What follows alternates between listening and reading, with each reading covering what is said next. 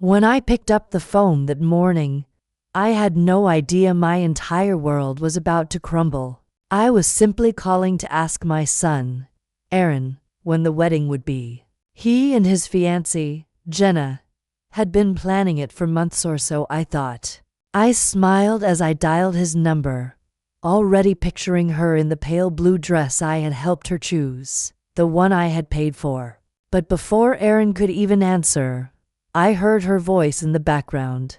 Jenna took the phone, and with a smile I could hear, she said, "Oh, we already did yesterday." Before I continue, if you're listening to my story right now, please take a moment to like this video, subscribe to Whispers of Mama Ruth, and tell me in the comments where you're watching from. It helps me keep sharing stories like this, real, painful, and true.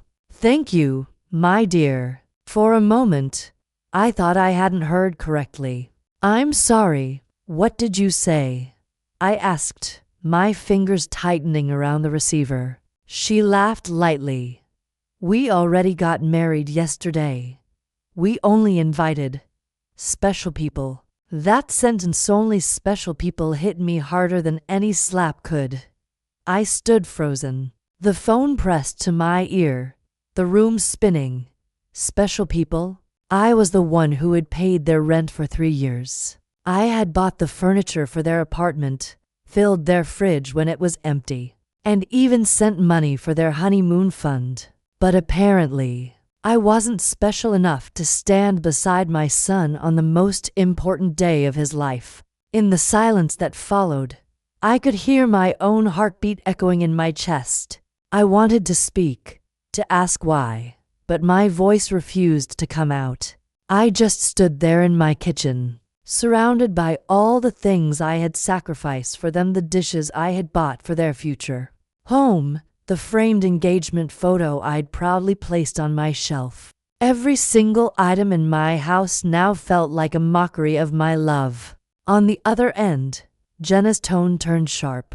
"We wanted something small, Naomi. Just a private ceremony. I hope you understand."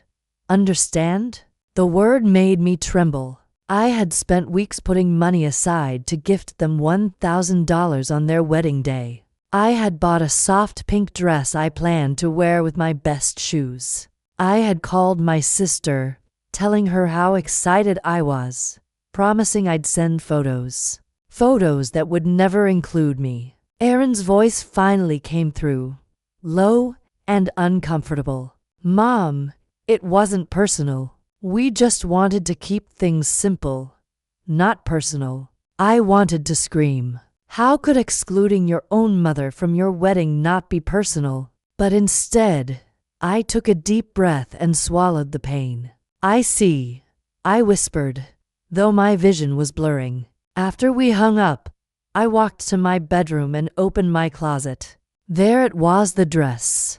Soft pink, perfectly ironed, waiting for a day that had already passed without me.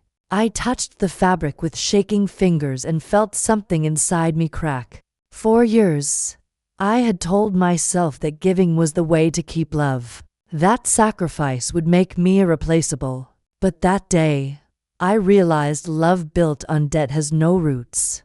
I sat on the edge of my bed, my hands trembling. My heart ached, but underneath the ache, something else began to stir, an ember I hadn't felt in years.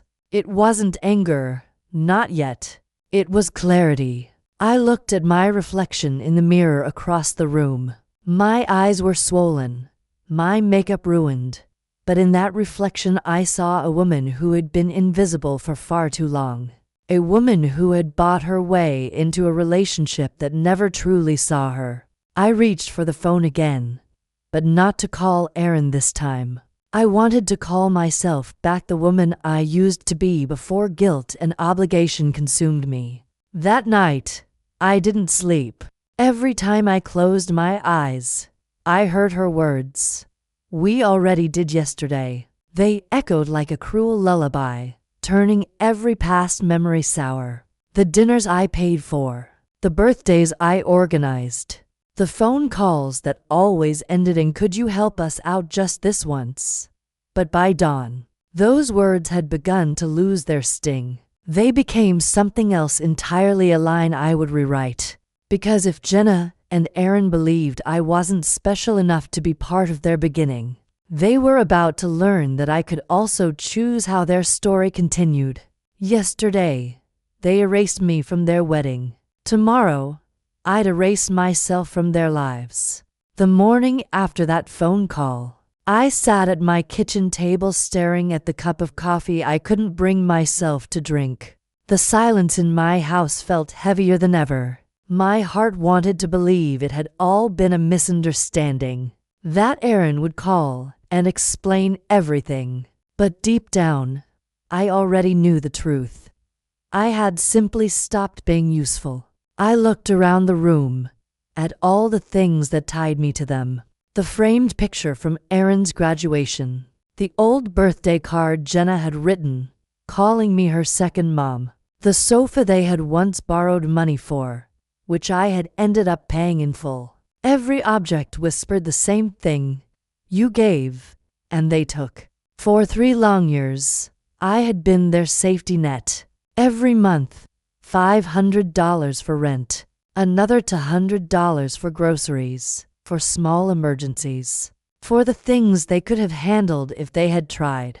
I had eaten rice and beans while they went out for dinners I unknowingly paid for. I had canceled vacations because Jenna wanted a new phone or Aaron's car needed repairs. And I had done it all gladly, thinking it meant I was loved. But love that needs receipts isn't love. It's dependency. And dependency always ends with resentment. I remembered my late husband, Michael. Before he died, he left me enough money to live comfortably. Promise me, he had said, you'll use it for you. I had promised, but I had broken that promise every time I transferred money to Aaron's account. The day before their secret wedding, I had even sent Jenna $300 for last-minute expenses. She had thanked me sweetly, calling me our angel.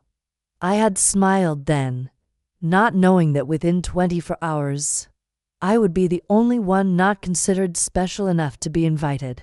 A wave of humiliation ran through me. I had turned myself into a background character in my own life story, always helping, always available, always invisible. And yet, I still kept expecting gratitude that never came.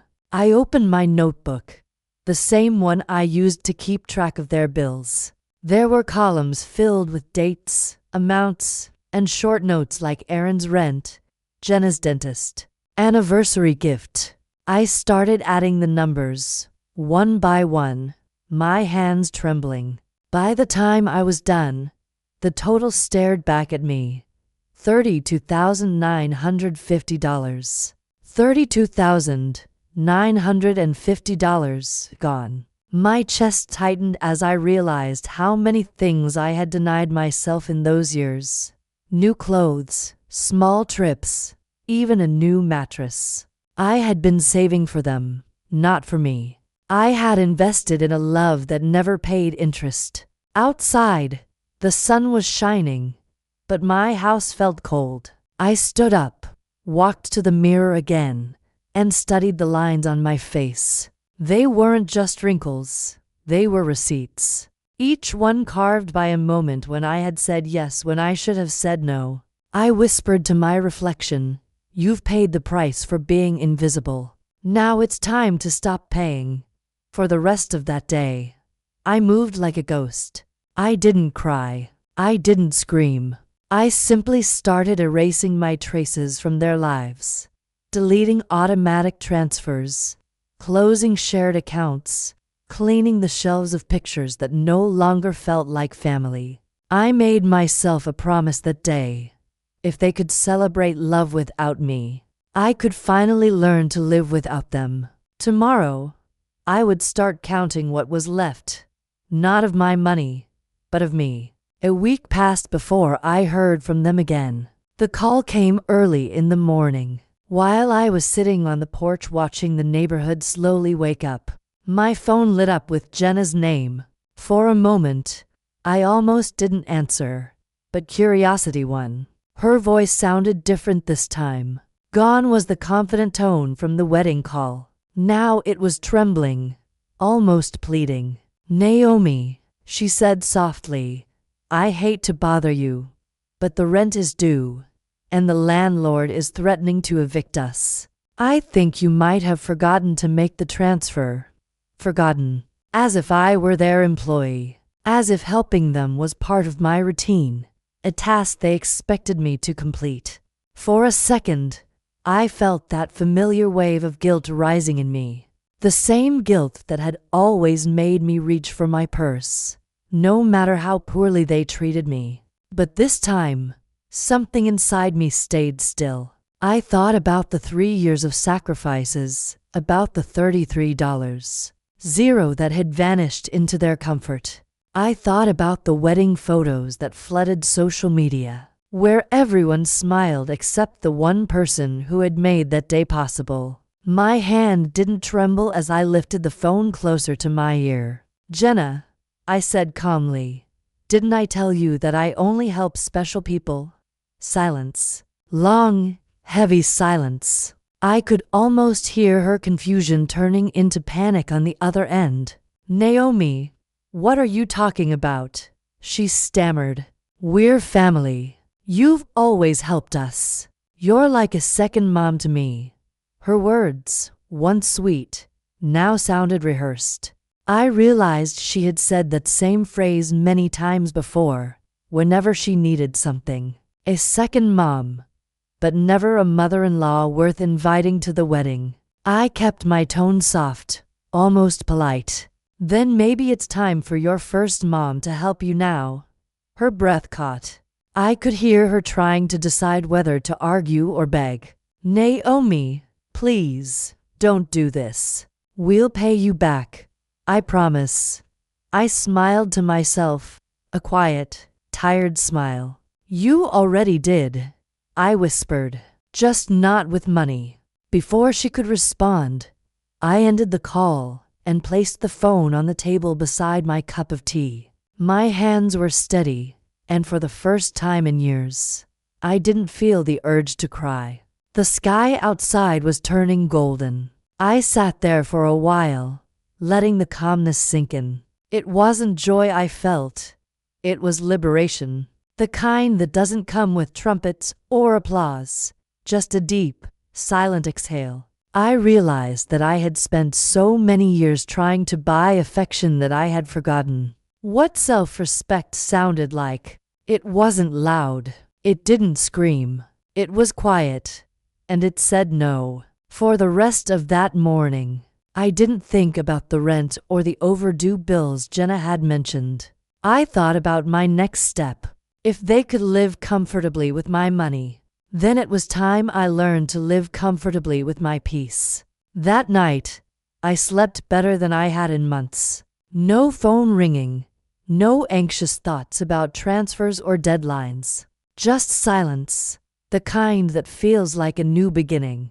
But deep down, I knew this wasn't over. People who live off others never give up easily. And the moment they realized the faucet had stopped running, they'd come knocking. Tomorrow, they would discover that the woman who once trembled at every request had found a new answer. One that couldn't be bought. The next morning, I woke up earlier than usual. The house was quiet, but my mind wasn't. For years, every day had started with the same thought. What do they need today? But that morning, for the first time, I asked myself a different question. What do I need? I made coffee and sat at the kitchen table with a notebook and a pen. If I was going to move forward, I needed to see everything clearly. I wanted to know, in cold, undeniable numbers, how much I had sacrificed to keep two adults comfortable while they treated me like an afterthought. I began writing. Rent, $500 a month for 36 months.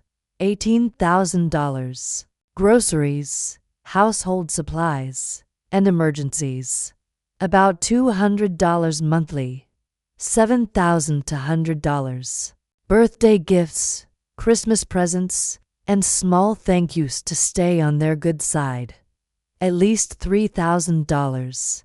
The loan for Aaron's car, $2,500. The furniture for their living room, $1,000 to $100. The air conditioner repair, $600. Medical bills, travel money, wedding expenses.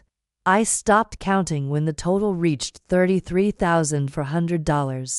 $33,000 for $100. I leaned back in my chair and stared at the page. It didn't even look real. That number represented my late husband's hard work, the savings I had promised to use for peaceful years. Instead, I had funded their lifestyle. Their comfort had been built on my fear of losing them. A bitter laugh escaped my throat. It wasn't loud, just a quiet acknowledgement of how blind I'd been. Every dollar had been an attempt to buy belonging. Every thank you had been a temporary receipt of affection. And when the money stopped, so did their love. I closed the notebook and looked out the window. The sun was high, but I felt cold. My house, once filled with memories of generosity, now felt like a museum of misplaced loyalty. The photos on the wall, the furniture I had chosen thinking they'd visit often, everything reminded me of a love that had been conditional. I went to my room and opened the drawer where I kept Aaron's childhood things, a few drawings, his first report card, a small soccer medal. For a moment, I saw his little face, the boy who used to run to me with open arms. When did he become this man who only called when he needed something? My eyes filled with tears, but they didn't fall. Instead, I felt something steadier rise in me, the quiet power of clarity. I walked to my desk, opened my laptop, and logged into my bank account. The first thing I did was cancel every automatic transfer. One click for rent, another for emergencies, and one more for the miscellaneous support I had been too embarrassed to admit to anyone. Then I called the bank and asked to speak with the manager. "Mrs. Clark," he said kindly, "are you sure you want to stop all payments? They've been running for years." "Yes," I said, my voice calm. "I'm very sure. I want to protect my accounts. No one else should have access to my money." He hesitated, perhaps sensing the weight behind my words. "Understood. I'll secure everything right away." When I hung up, a strange lightness filled the room. It was as if a chain had just fallen off my chest. The silence that followed wasn't the silence of loneliness. It was freedom. I poured myself another cup of coffee and took a slow sip.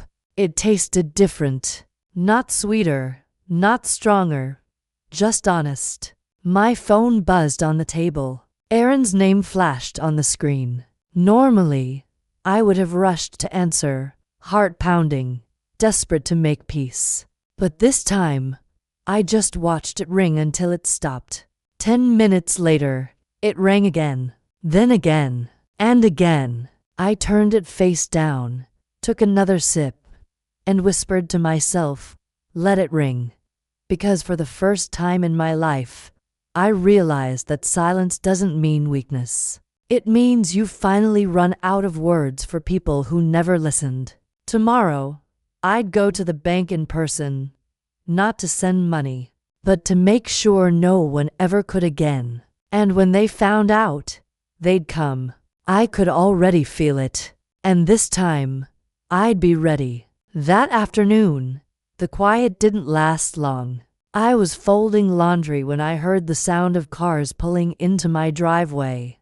Not one, but 3. Through the curtain, I saw Aaron's car, Jenna's white sedan, and a third one I didn't recognize. My chest tightened. They had keys. Of course they did. I had given them keys because I trusted them. I took a deep breath before opening the door. There they were, my son with his head down, Jenna pacing like a nervous actress, and a man in a gray suit holding a folder. He didn't belong there, and I didn't need to ask who he was. I already knew. Mom, Aaron started. We need to talk. Jenna interrupted, her voice sharp but shaky. Naomi, thank God you're home. This is Mr. Fields, our lawyer. We just want to help you sort some things out. You've been acting strange lately. Strange, I repeated. My tone surprised even me. Calm, steady, almost cold. What do you mean by strange, Mr. Fields smiled the way people do when they're about to say something cruel but want it to sound kind. Mrs. Clark, your children are concerned.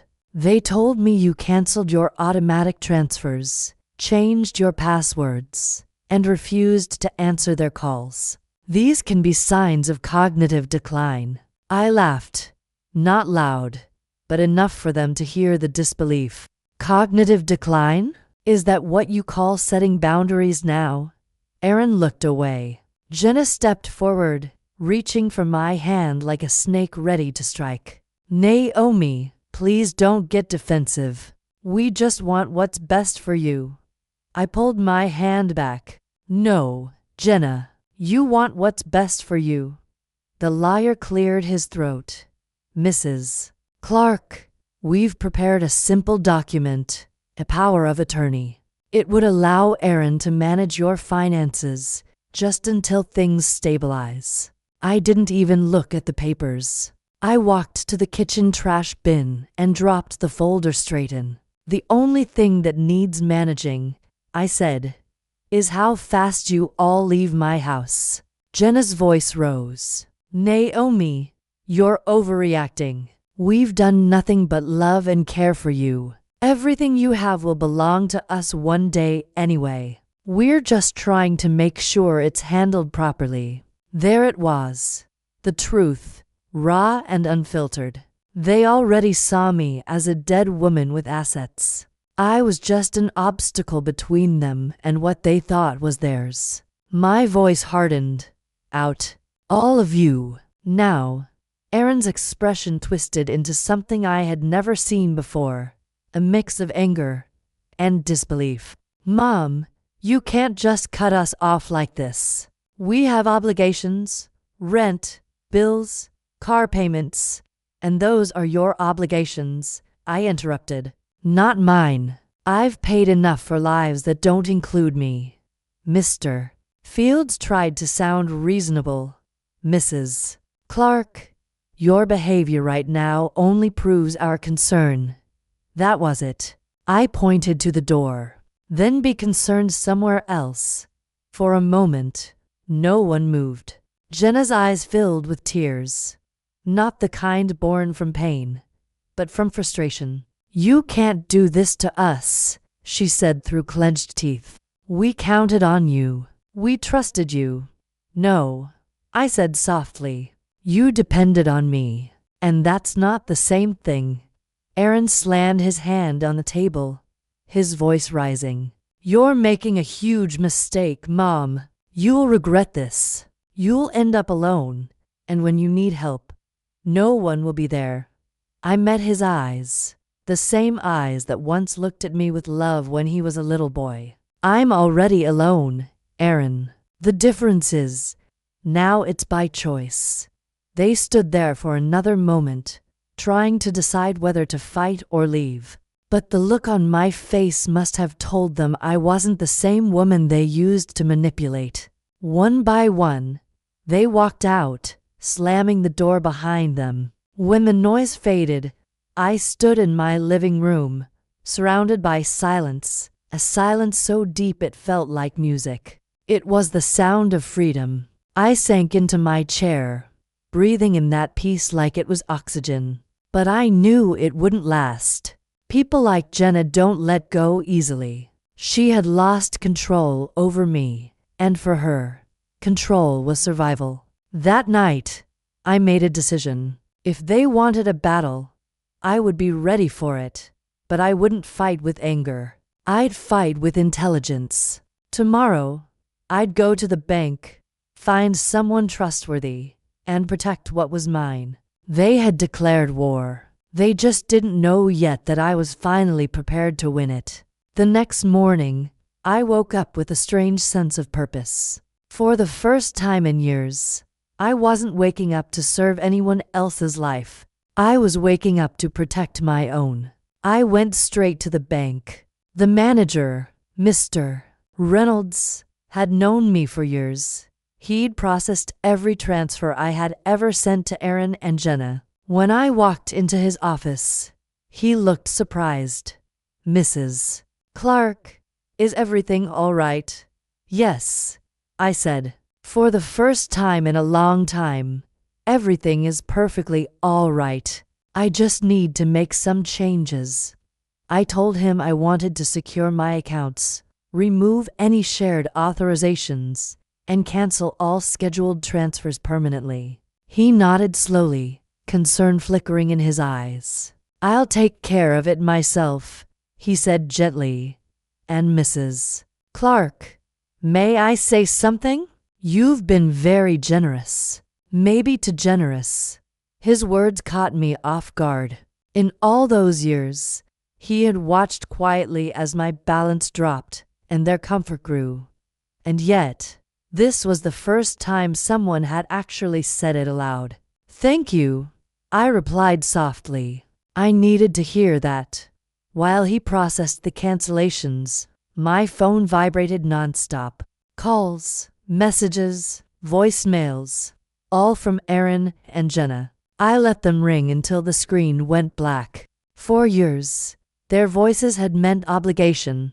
Now, silence meant freedom. When I left the bank, I felt lighter. The air itself seemed different, fresher, cleaner. I hadn't realized how much noise their demands had created in my head until it disappeared. On my way home, I stopped at the small hardware store on Elm Street. The owner, Mr. Thomas, recognized me immediately. "Mrs. Clark, what brings you here today? Need something for Aaron's place again?" I smiled faintly. "Not this time. This time, it's for me." He looked pleasantly surprised. "What are you looking for?" "New locks," I said. "Good ones." He didn't ask questions. He just nodded with quiet understanding. "You're doing the right thing." Before I could leave, a younger man came out from the back. His son, Adam. "I can install them tomorrow morning if you like," he offered. "And we can set up security cameras too, just in case." Security cameras. The thought made me pause. I never imagined I'd need them. Not against strangers, but against my own family. But after everything that had happened, it felt necessary. "Yes," I said, "do it." When I got home, I made tea and sat by the window. Across the street, my neighbor, Mrs. Elliot, waved. We had never spoken much beyond polite greetings, but that day I waved back. Maybe it was time to start letting good people into my life again. Later that afternoon, she came over with a pie. "I hope I'm not intruding," she said kindly. "I just noticed things seemed tense at your house yesterday. Are you okay?" Her voice wasn't curious. It was caring, genuine concern. I invited her in, and before I knew it, I was telling her everything. The secret wedding, the humiliation, the liar in my living room, and how I finally decided to take my life back. Mrs. Elliot listened without interrupting once. When I finished, she reached across the table and held my hand. "You did the right thing, Naomi," she said. "I went through something similar with my son years ago. You can love your children deeply and still have to protect yourself from them." Her words broke something open inside me. Not pain, but relief. For so long, I had felt alone in my shame, believing I was the only mother betrayed by the people she loved most.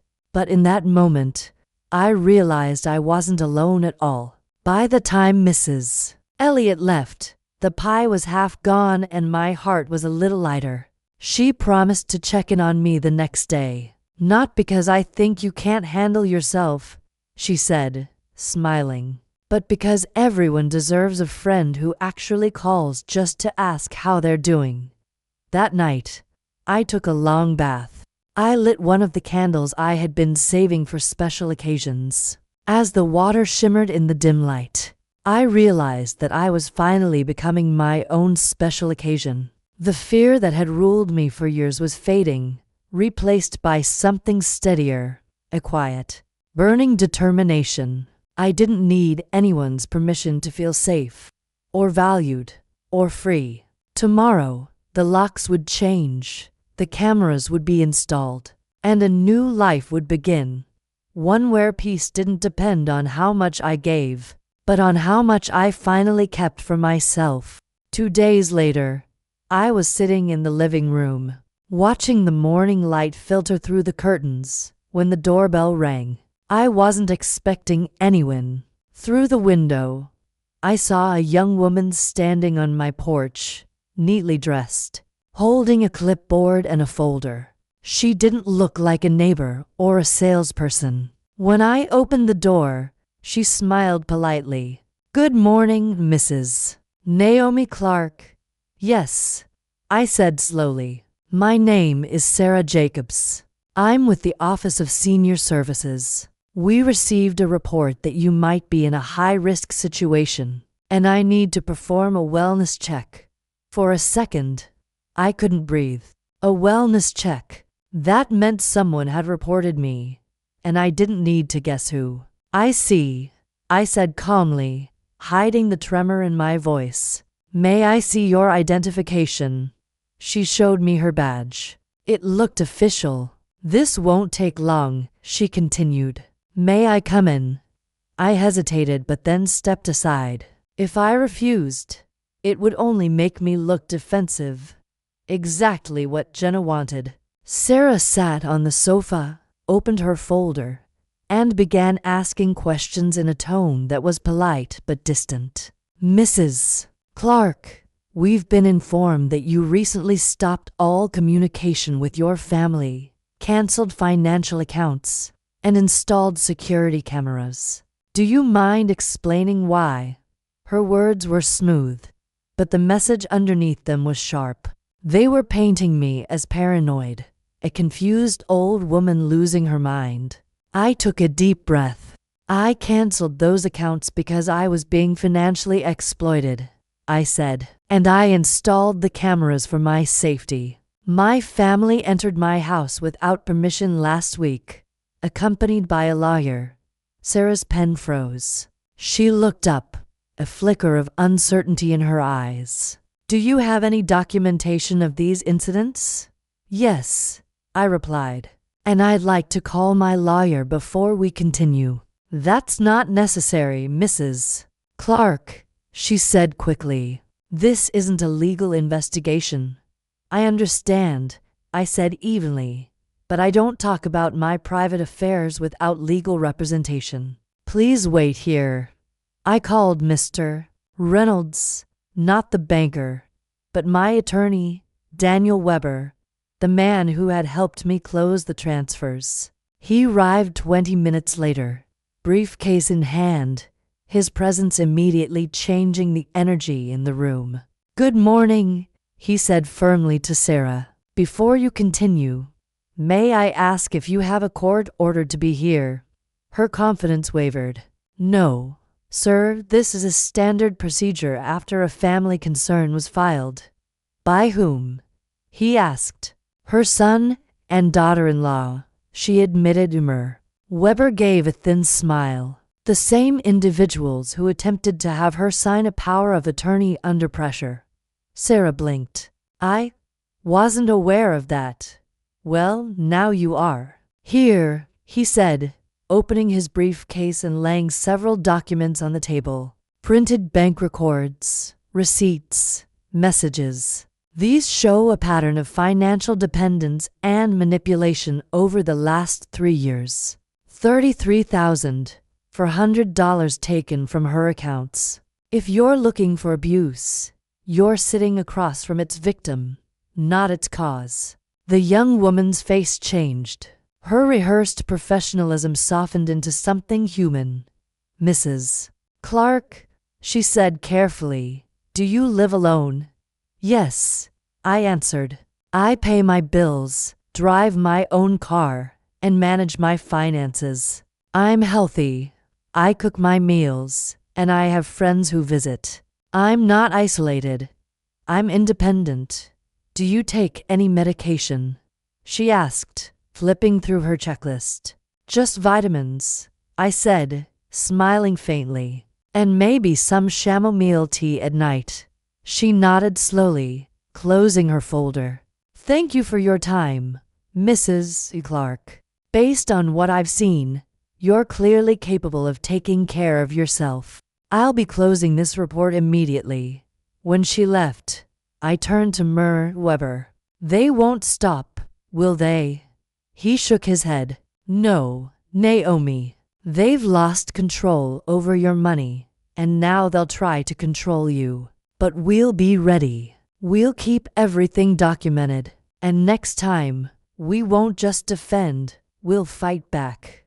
As he left, I stood by the window, watching Sarah drive away. For the first time, I didn't feel scared. I felt seen, not as an old woman losing her mind, but as someone who had finally found it. That evening, I sat at the table with a notebook, writing down every detail of what had happened.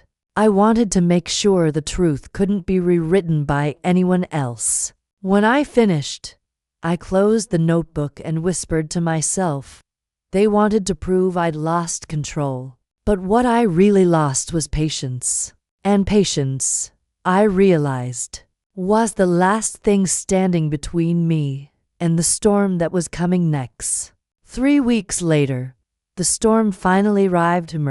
Weber called me early that morning. His tone was calm but serious. "Naomi, they've filed the petition. Your son and daughter-in-law are requesting that you be declared legally incompetent." The words hit me like a physical blow. Even though I had been expecting it, hearing them spoken aloud made it real. My own son was trying to take away my right to live freely. When I got to the courthouse, I saw them standing at the end of the hallway, Aaron in a neatly pressed suit, Jenna dressed in black as if attending a funeral. Maybe she was. Maybe it was the funeral of the family we used to be. They avoided my eyes, but their lawyer didn't. He was older, confident, polished. The kind of man who made lies sound like logic. The hearing began. Their lawyer spoke first. "Your Honor," he said smoothly, "we are deeply concerned about Mrs. Clark's mental state. She has recently cut off all financial support to her family without explanation, installed unnecessary security systems, and become isolated under the influence of outsiders. We believe she is no longer capable of managing her affairs." Every word was carefully chosen to turn my independence into insanity. When it was my turn to speak, Mr. Weber stood beside me like a shield. "Your Honor," he began, "what we have here is not a case of mental decline, but of financial exploitation. For 3 years, my client funded her son and daughter-in-law's entire lifestyle. $33,400. When she decided to stop, they responded with manipulation, false accusations, and now, this." The judge leaned forward, interested. "Do you have documentation?" "We do, Mr. Weber said, handing him a thick file. "Every transfer, every message, every attempt to pressure her." Then came the witnesses. Jenna went first. Her performance could have won an award.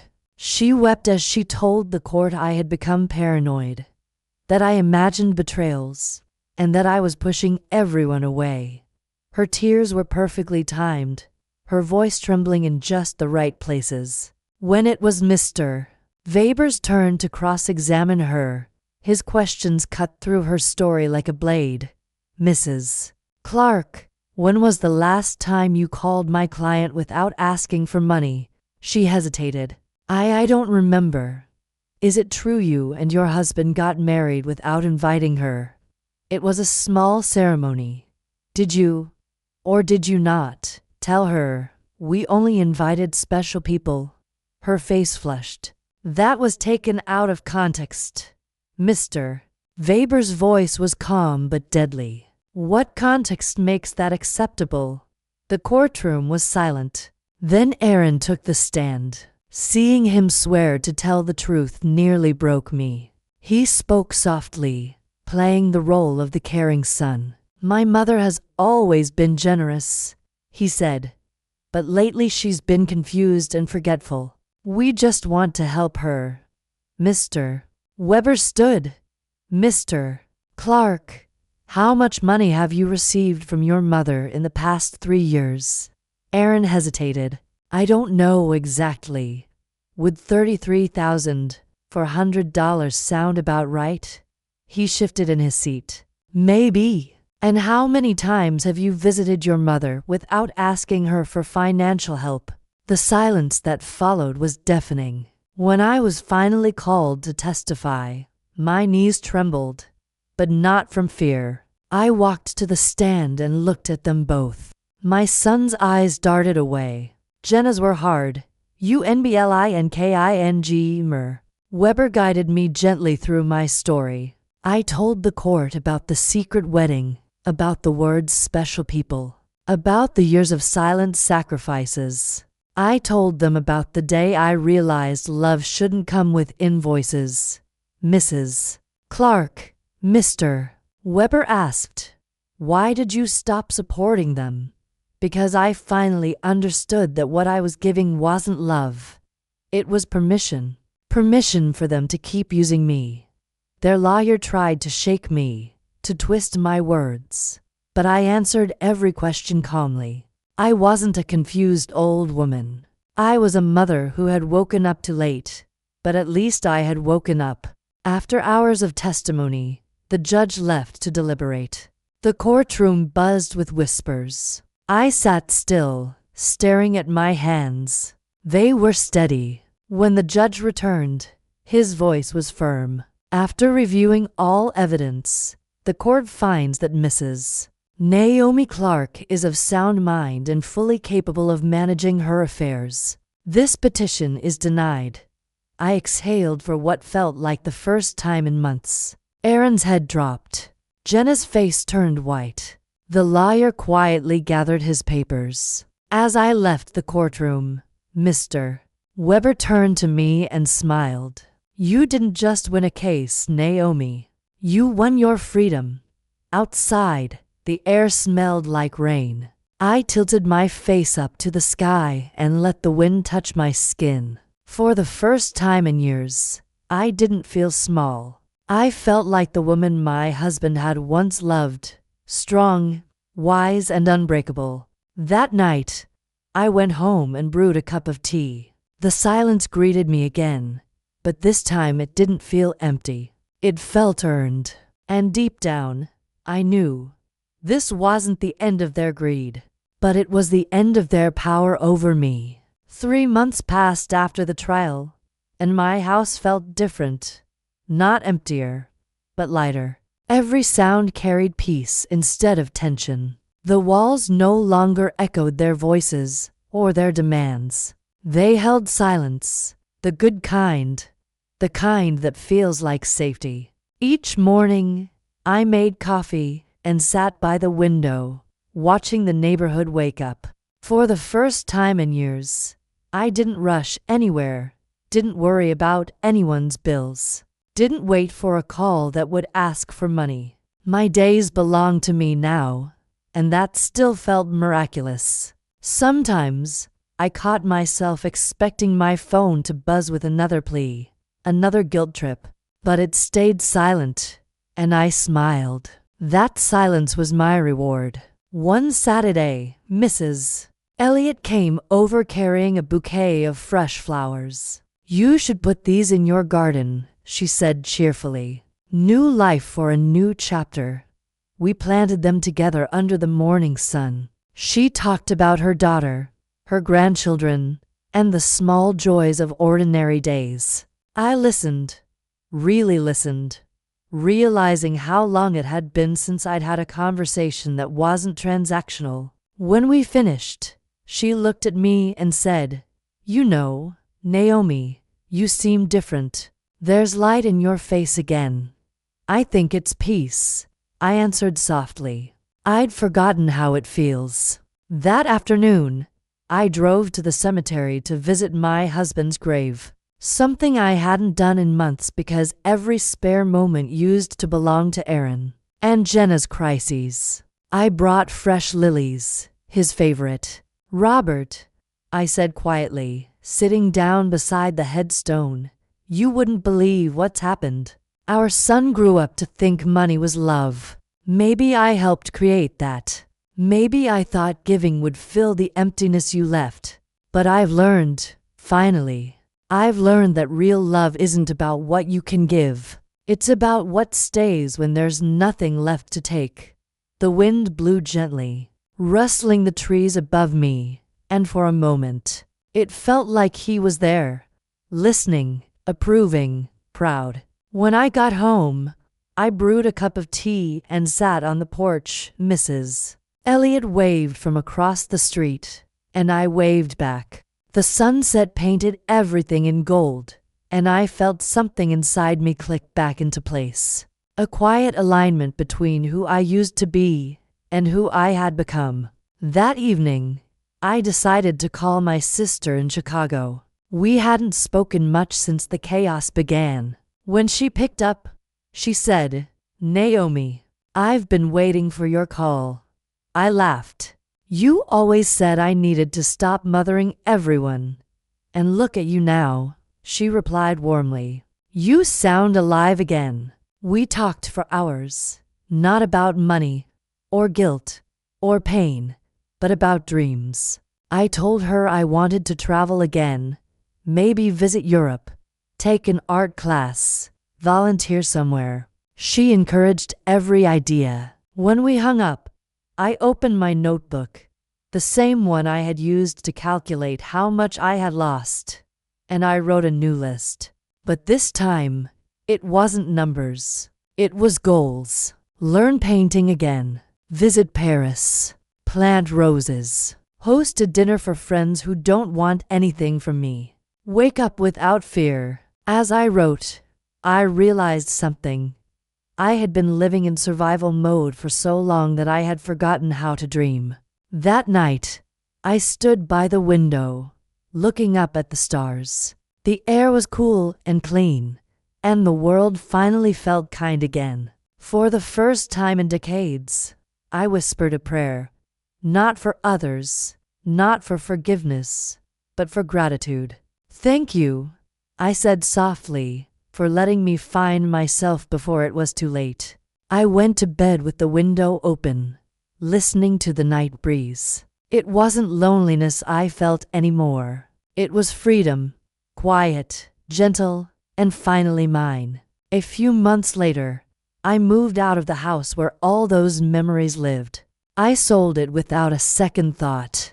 4 years, I had believed those walls were safety, but they had only been reminders of the years I had given too much. My new apartment was smaller, closer to the city, filled with sunlight and quiet joy. I decorated it with things I loved, soft colors, paintings of oceans, fresh flowers in every room. No traces of guilt, no ghosts of the past, only me. Every morning, I walked to the cafe on the corner, ordered a cappuccino, and sat by the window watching people pass by. I no longer wondered if Aaron and Jenna were okay. I no longer felt responsible for the weight of their choices. One day, Mrs. Elliot and I joined a local art group. It was filled with women around my age, strong, funny, curious souls who had also survived their own versions of heartbreak. We painted, laughed, shared stories of things we'd once thought would destroy us. But they hadn't. They had shaped us. And in that laughter, I realized something profound. Pain doesn't disappear when you ignore it. It dissolves when you start living again. I traveled to Paris that spring, something I had promised myself decades ago but always postponed until later. I walked along the Seine with a notebook in my hand, writing everything I wanted to remember. The way freedom smelled, the sound of foreign languages, the taste of coffee without guilt. I even wrote Aaron a letter. I didn't send it, but I needed to write it. It said, "My son, I loved you with everything I had. I gave until there was nothing left of me. I hope someday you understand that love without respect isn't love. It's dependence. And I hope when you grow into the man I know you still can be, you forgive yourself, not me." I folded it carefully and left it in my journal. Maybe one day he'll read it. Maybe not. But either way, I had said what needed to be said. Months passed peacefully. The nightmares stopped. The phone calls ended. I learned how to enjoy silence without expecting it to break. I learned how to spend money without guilt. On myself, on books, on travel, on causes that truly mattered. One evening, Mrs. Elliot came over for dinner. We toasted to freedom, to survival, to the quiet triumph of women who had finally stopped apologizing for existing. She smiled and said, "Naomi, you've become the woman you were always meant to be." I smiled back. "No," I said softly, "I've just stopped being the woman they told me I had to be." That night, as I stood on my balcony watching the lights of the city, I realized something powerful. The most important relationship I would ever have was with myself. I was no longer waiting for apologies, approval, or affection that came with conditions. I had given myself everything I once begged others for: attention, forgiveness, and peace. My name is Naomi Clark. I'm 73 years old, and I have finally learned that love is not something you earn through sacrifice. It's something you protect with boundaries. If you're watching this right now, thank you for listening to my story. Please like this video, subscribe to Whispers of Mama Ruth, and tell me in the comments where you're watching from. Your support helps me share more stories of strength, survival, and rediscovery. Stories that remind us that it's never too late to take your life back. Until next time, my dears, stay kind, stay strong, and never forget, your peace is your power.